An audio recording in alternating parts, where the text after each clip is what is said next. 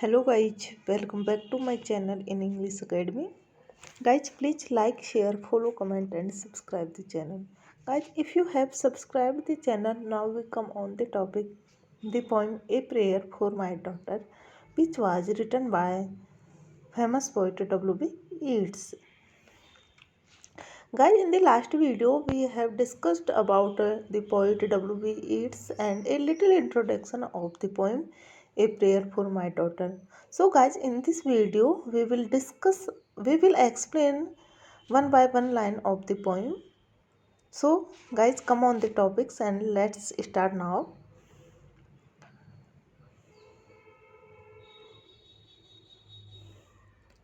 Once more, the storm Once more the storm is howling, and half hid under this cradle hood and cover rilled. My child sleeps on, there is no obstacles, but Gregory's wood and once bare hill, whereby the haystacks and roof leveling wind. Bread on the Atlantic can be stayed, and for an hour I have walked and prayed because of the great gloom that is in my mind.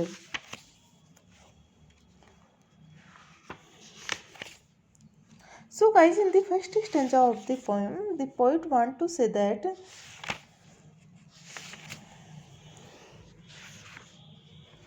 the poet says that this poem in the while when this poem was written, the poet was in a gloomy mood, partly through his grave conscience at the turbulence in the society and partly through anxiety for the future of his newly born daughter Anne Butler Yeats. He finds that this world in which she is born is growing harsher and harsher. My child sleeps on, there is no obstacles but Gregory's wood and one rare hill, whereby the haystacks and rope leveling wind. The poet here the poet said that his infant daughter sleeps in its cradle, well covered and protected from the violent storms which rage outside. Bread on the Atlantic can be stayed, and for an hour I have walked and prayed because of the great gloom that is in my mind. Guys, here the poet says that the stormy wind comes direct from the Atlantic, opposed only by the wood of Lady Gregory's estate and once bare hill. A storm also rages within the soul of the poet. He is full of gloomy foreboding as regards the future of humanity. He has walked about restlessly for a considerable length of time and prayed for his daughter. Guys, the poet becomes gloomy and prays for his daughter. Next stanza is that I have walked and prayed for this young child an hour and heard the sea wind screams upon the tower and under the arches of the bridge and screams in the elms above the flooded streams, imaging in excited river that the future years had come, dancing to a franchise drum out of the murderous innocence of the sea.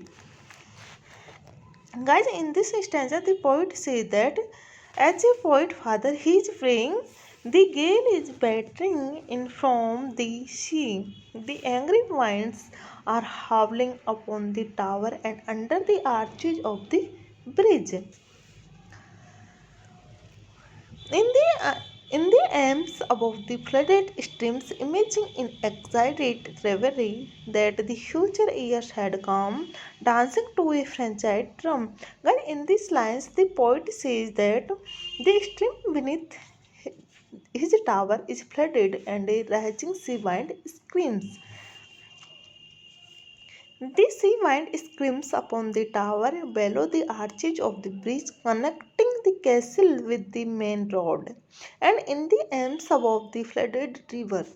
The poet's mind is haunted with fear, and he imagines that the future years have come out of the sea, dancing the French dance of war and bloodshed. So, like an affectionate father, he prays for his daughter's safety in a world which is growing more and more unsafe and anarchic. Next stanza. May she be granted beauty and yet not beauty to make a stranger eyes distract, or he is before a looking glass for such, being made beautiful overmuch, consider beauty a sufficient end, lose natural kindness and maybe the heart revealing intimacy that chooses right and never find a friend. Guys, in this stanza, the poet is praised to God to make his daughter beautiful and attractive. The prayer for beauty is restrained. She may be granted beauty. She be beautiful, but not as beautiful as Helen of Troy was, who attracted everyone and made people run mad after her. She shouldn't be so beautiful that she may fall in love with herself and become proud. Those who are extremely beautiful think that beauty is the only end in life. Being made beautiful overmuch, considered beauty as sufficient and lose natural kindness and maybe the heart revealing intimacy that chooses right and never find a friend. The poet says that those who are extremely beautiful think that beauty is only end in life. Such women lose natural kindness and the intimacy that reveals the heart. Such women can never find a friend in life. Therefore, the poet father doesn't want that his own daughter should be an extremely beautiful woman like Helen of Troy.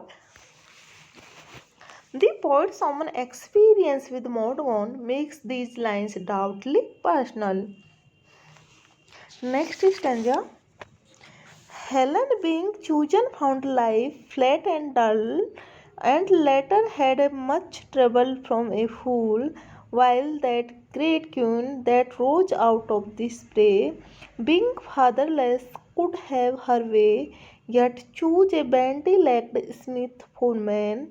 It's certain that fine women eat a crazy salad with their meat, whereby the horn of plenty is undone.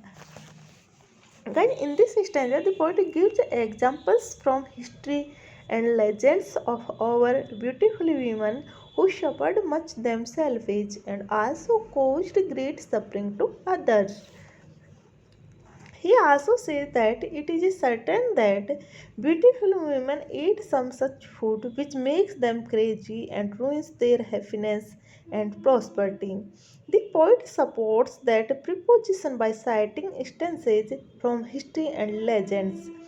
Helen eloped with Paris and thus participated the destructive Trojan War. Venus. Guys, the Venus, the goddess of youth and beauty, was foolish enough to marry Hephaestus, the lame ironsmith of courts. The images of it comes in endless clusters. Note that a number of images follow in quick succession, but that one image gives rise to another, and so on. Thus, there is the image of Helen evokes that of Venus, and her union with Hephaestus evokes the memory of equally unsuitable Maud Macrude union. Here, the poet says that the past is thus linked with the present and the personal with the impersonal. The scope of the poem is thus widened and large vistas are opened to the mind's eye. Thanks so much guys to watch the video. Thanks so much guys.